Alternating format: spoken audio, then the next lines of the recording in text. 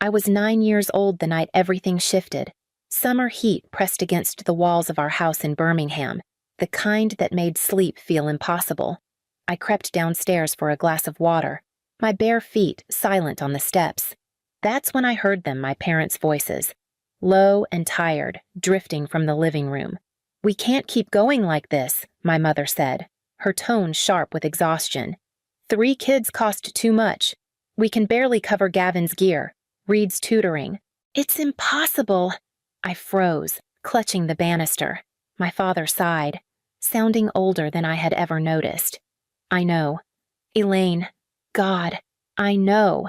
But what do we do? The mortgage. My job, none of it's enough." Silence stretched, heavy and dangerous. Then my mother's voice cut through it like a blade.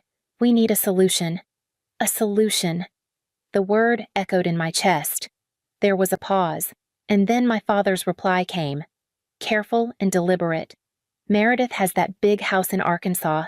She's alone. She's always asking about the kids, at 9 years old." I didn't fully grasp what they were planning, but I understood enough to know that I was the problem to be solved. Gavin and Reed, my older brothers, were mentioned again: football, college, bright futures. My name never left their lips. The water glass trembled in my hand, and I slipped back upstairs, pressing my ear against the cool pillow. My heart thudded so hard I thought it might break through my ribs. That night, for the first time, I realized love could be measured, weighed, and counted, and in their math. I didn't add up. I fell asleep wondering what it felt like to be wanted, not spared. A few weeks later, my parents told me we were taking a summer road trip. They said it like a gift, a surprise just for me. Gavin and Reed would be busy with football camp, but I would get to see my father's sister, Meredith, who lived in Arkansas. I tried to believe it was special, but the memory of their whispered words still clung to me like smoke. The drive felt endless. My parents made small talk about gas prices and work, but no one asked me what I was excited to do. My stomach churned with equal parts anticipation and dread. When we finally pulled into the driveway, Meredith's house rose in front of me like something out of another world. Tall white columns, wide lawns, everything in its place. Meredith stepped outside to greet us, her silver hair pulled back neatly, her blue eyes piercing. But when she looked at me, her face softened in a way I had never seen before. "So this is Annalise," she said, her voice steady yet warm. She crouched down slightly, meeting my eyes directly. "Hello, sweetheart. I've been waiting to meet you, for the first time." Someone wasn't glancing past me toward Gavin or Reed. I felt seen, and the sensation was almost frightening. We went inside, and while the adults spoke in low tones, I explored the room with its polished furniture and shelves of books. Then my father stood. "We should get back on the road." I jumped up, ready to gather my things. But my mother's voice stopped me cold. "Actually, Annalise, you'll stay here with Aunt Meredith for a while." The words struck like thunder. My brothers were home, and I was not. I watched their car disappear down the driveway as Meredith laid a hand on my shoulder. The first nights in Meredith's house felt unreal, like I had stumbled into someone else's life. My room was larger than the space I'd shared with both my brothers, with a canopy bed and wide windows that overlooked a garden. At first, I lay awake, waiting for the sound of my parents' car pulling back into the driveway, but each morning, it was only Meredith's knock on my door, gentle and patient. She asked me questions that startled me: what books I liked, whether I preferred pancakes or eggs for breakfast, what subjects at school were easiest, what made me nervous. At home in Alabama, no one had ever asked me those things. Not really. I found myself answering cautiously, like if I said the wrong thing, she'd lose interest. But she never did. Instead, she leaned in, asked follow-up questions, and remembered what I'd said. We started building small routines.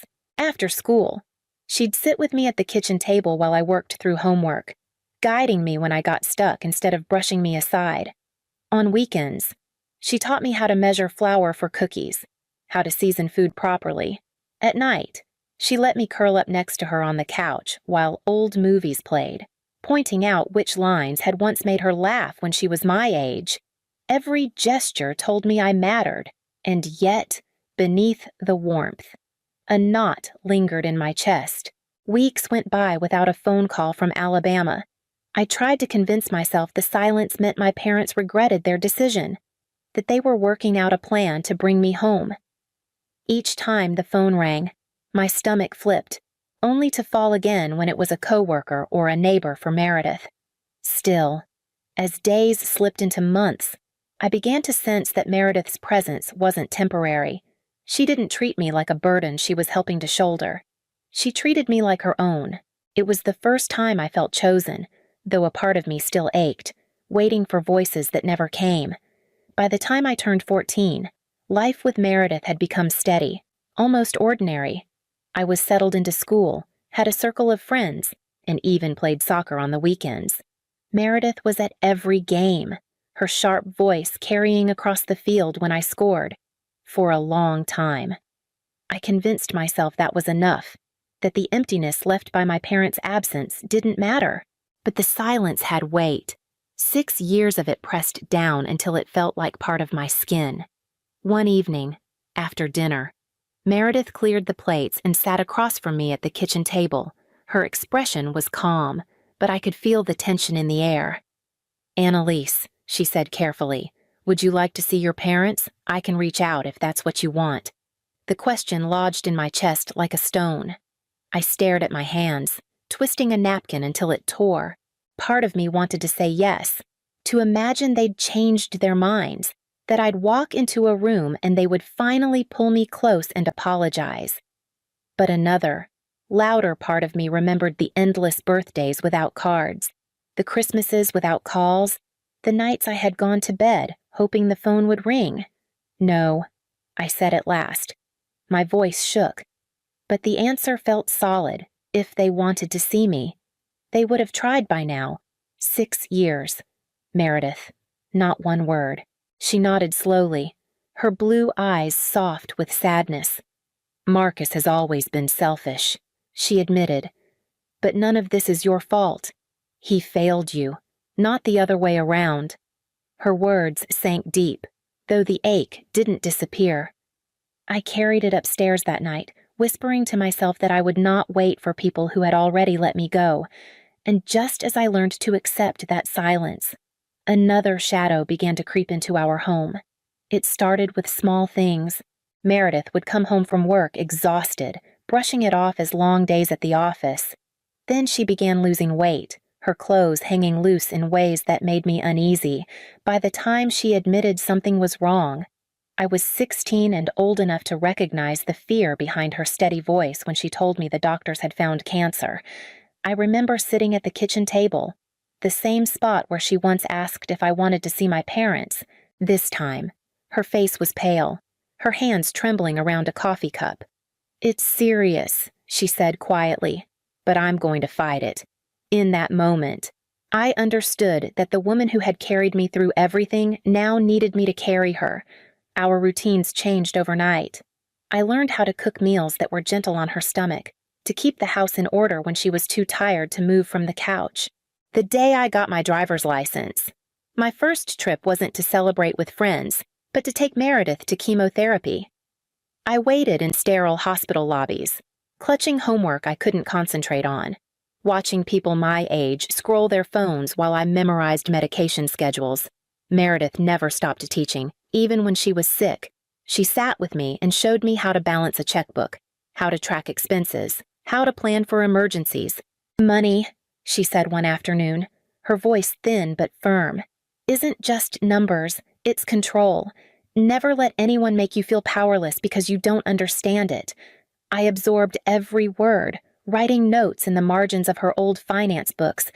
It gave me a strange kind of courage, as if she were handing me tools I would need long after she was gone. Some nights, when she was too weak to climb the stairs, I slept on the couch near her so she wouldn't feel alone. I hated the quiet sound of her labored breathing, the reminder that nothing was certain anymore. and just when it seemed the illness would consume every corner of our lives. The doctors used a word I hadn't dared hope for: remission. When I turned 18, Meredith was already fading again. The remission we had celebrated 2 years earlier had only been a pause, a fragile truce with something relentless. She tried to keep her strength, but I could see it slipping from her in the way she leaned heavier on the banister, in the way her voice thinned by evening, on my birthday. She insisted on baking me a cake, though her hands shook as she measured the sugar. We sat together at the dining table, just the two of us. The cake was lopsided, but to me, it was perfect. That night, she handed me a small velvet box. Inside was a delicate necklace, a gold chain with a simple pendant that had once belonged to her mother. Her eyes glistened as she fastened it around my neck. "You're strong, smart, and kind," she whispered. "Never forget that. No matter what happens, you'll always carry those things with you. They'll protect you more than money ever could." I wanted to believe her strength would hold forever, but months later I was sitting at her hospital bedside, clutching her frail hand as her breathing slowed. She slipped away quietly, like a candle flickering out. The funeral blurred by. Faces I didn't know offering condolences I barely heard. It was Mr. Blackwood, Meredith's lawyer, who sat me down afterward and explained what she had left behind. The house, her accounts, everything $3 million in total was mine. I should have felt secure, but all I felt was hollow.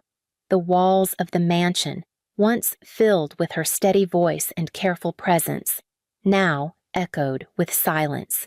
Every room reminded me of her absence, every object a weight I wasn't sure I could carry. And just as I was beginning to understand what it meant to be alone, there came a knock at the door, 3 days after the funeral. I was still wandering the halls like a ghost, unsure what to do next. When the doorbell rang, my chest tightened as I walked down the long hallway, and when I looked through the glass, my stomach dropped. Standing on the porch were the 4 people I hadn't seen in 11 years, my parents and my brothers. My mother was the first to move. She stepped forward with a bright, brittle smile and reached for me. "Oh, sweetheart," she said, her arms outstretched. I froze, the smell of lilies from the funeral still clinging to my clothes. My father brushed past me without waiting for permission, his eyes roaming the foyer like he was cataloging it. Gavin and Reed followed, their gazes sweeping over the furniture, the art on the walls, the polished wood floors. "It's good to see you," my father said, settling into a chair as if it were his own. "We're here to make sure you're not alone." I stayed standing, my hands gripping the door frame. "Where were you 3 days ago?" My voice was sharper than I intended.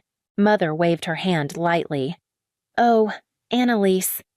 You know, we had Gavin's promotion party. Everyone was already coming. The catering was paid for. We couldn't cancel something so important." Her words landed with a sickening weight. They had chosen a party over a funeral. Over me. "But we're here now," she added quickly, patting the couch beside her as if I might sit down like a child eager for comfort. "You need your real family." I laughed then, the sound hollow even to my own ears. My real family was buried this week. The words hung between us, and for the first time I saw their smiles falter, though only for a moment, because beneath their rehearsed sorrow, their eyes glittered with something else, entirely hunger. And that was the moment I understood they hadn't come to comfort me. They had come for the house. It didn't take long for their masks to slip. My father leaned back in the chair as though he owned the house. "This estate is too much for a girl your age to handle. As Elizabeth's brother, I should inherit half. It's only fair." Reed smirked and added, "And let's be honest. Annalise, you're 19. What do you know about managing $3 million? The number rang in the air like a warning bell. My mother reached for my hand, her eyes wide with feigned concern. "Sweetheart, you need guidance. We're still your parents. By law." We're your guardians until you're 19 in Alabama. Her words snapped something inside me. 11 years of silence, and now they wanted to claim me again. I excused myself, went upstairs, and pulled out the card Meredith's lawyer had given me at the funeral. My hands shook as I dialed. Mr. Blackwood, it's Annalise. They're here. They won't leave. I'll be there shortly, he said firmly. Don't sign or agree to anything. 20 minutes later, he walked in, tall and composed, carrying his briefcase like a weapon. My family stiffened at the sight of him. Good afternoon, he said smoothly. I'm Jonathan Blackwood, Ms. Rowan's attorney. I understand there's been some confusion. My father straightened, puffing out his chest. We're not confused. She's still a minor under Alabama law. We're her guardians. Mr. Blackwood opened his case and pulled out documents, his voice calm but unyielding. Annalise has been a legal resident of Arkansas for over a decade. Here, the age of majority is 18. Furthermore, her parents relinquished their rights when Meredith legally adopted her. You have no claim, legal or otherwise, over her or this estate. The silence was sharp, broken only by Reed's angry laugh. This is insane. Mr. Blackwood closed his folder with finality. What's insane is believing you can erase 11 years of neglect with a sudden interest in her bank account. Their faces hardened, and desperation flickered in their eyes as I realized they would not give up easily. After Mr. Blackwood forced them out, I thought it was over, but the calls began almost immediately. Unknown numbers at all hours of the day. Voices I hadn't heard since childhood now trying to thread their way back into my life. Gavin was the first. Look, Annalise, you've got more money than you know what to do with. I'm getting married. All I need is a down payment for a house. It would mean the world to me. His voice was smooth, practiced, as if he were negotiating a deal instead of talking to his sister. Then Reed, I've got a business opportunity, big returns. Guaranteed. You could triple your inheritance if you just back me. The desperation under his bravado was obvious, but he disguised it with bravado, as though I should be grateful for the chance to invest. My mother's calls were the hardest to hear. Her sobs bled through the voicemail. We made a terrible mistake. You're our baby. Annalise, I can't sleep knowing what we did. Please forgive us. We just need help. That's all. Each message was saved, cataloged, and stored, just as Mr. Blackwood instructed, after a month. He sent them a formal cease and desist, outlining every instance of harassment. He warned them that if they continued, we would seek a restraining order. The calls stopped. The silence that followed was jarring, almost louder than their voices had been, for the first time. The house was mine alone. No ringing phone, no echoes of demands, no reminders of the people who had thrown me away. But as the quiet settled in, I felt both relief and unease, as though I were standing in the eye of a storm, unsure if the winds would return. By the time I started college, the weight of those calls and threats had faded into memory. I chose to study finance, not only because it fascinated me, but because it felt like a way to carry Meredith forward. Every lecture, every late night bent over numbers, reminded me of the afternoons she spent showing me how to make sense of money, teaching me that knowledge was protection. The house no longer felt like a tomb. Slowly, I filled it with pieces of my own life friends from campus who came by for study sessions. Shelves lined with books I had chosen. Fresh flowers in the kitchen because Meredith had always loved them. I kept her necklace close, wearing it on exam days, letting it rest against my collarbone like an anchor. Sometimes, when I sat at her desk reviewing case studies, I heard her voice in my mind, calm and steady. Never let anyone make you feel powerless. Those words carried me through the moments I doubted myself, through the nights when loneliness pressed too hard. Blood had abandoned me, but choice had embraced me. Meredith had chosen me when no one else would. And because of her, I learned that family isn't written in DNA. It's built in loyalty, in sacrifice, in the decision to stay when things grow difficult. I live with that truth now. When I lock the front door at night, The sound no longer echoes in an empty house, it seals a home, one built on love that cannot be taken away. In the end, what defines family, the blood that leaves you, or the love that stays? Outline story. Outline title, My parents said 3 kids. Cost too much, then abandoned me. 11 years later, they returned for my $3 million inheritance. Protagonist, Annalise Rowan. 19, strong-willed, sensitive, resilient. Setting starts in Birmingham, Alabama, Aunt's estate in Little Rock, Arkansas. 9-year-old Annalise overhears her parents, Marcus and Elaine Rowan, whispering that 3 kids cost too much. She realizes her brothers, Gavin and Reed, are the priority. Her innocence fractures when she senses she may be the solution. Hook, if love can be measured in dollars. What does that make a child worth? Annalise is taken on a summer trip to visit Aunt Meredith in Arkansas instead of returning. Her parents abandon her. Meredith, a sharp yet warm woman, notices her shock and treats her with dignity. Annalise's grief explodes when she realizes her brothers were kept, not her. Hook. When family leaves you behind, do you chase them or let them go? Meredith gives Annalise real attention, asking about her interests and listening. Annalise experiences love through small rituals, homework help, cooking together, quiet talks, for the first time. She feels chosen, yet she wonders if silence from Alabama means her parents regret it. Hook. What hurts more, the words that cut you, or the silence that follows? At 14, Meredith gently asks if Annalise wants to see her parents. She declines. Realizing 6 years without a single call means the answer is clear. Meredith admits her brother Marcus was always selfish, but assures Annalise she is not to blame. Hook. Can a wound ever heal if the knife is never removed? Meredith falls ill with cancer. Annalise, now 16, takes over household duties, drives her to treatment, and grows into strength through caregiving. She learns financial lessons from Meredith: budgeting, responsibility, independence. Hook. When the one who saved you begins to fade, how do you prepare to stand alone at 18? Annalise receives Meredith's heirloom necklace and words of pride. You're strong, smart, and kind. Never forget that. Months later, Meredith dies. The will leaves Annalise a $3 million estate. Grief collides with fear as she faces the empty mansion. Hook, is an inheritance a blessing, or just another way for grief to echo? Days after the funeral, her parents and brothers appear. Fake smiles, forced hugs, and greedy eyes betray them.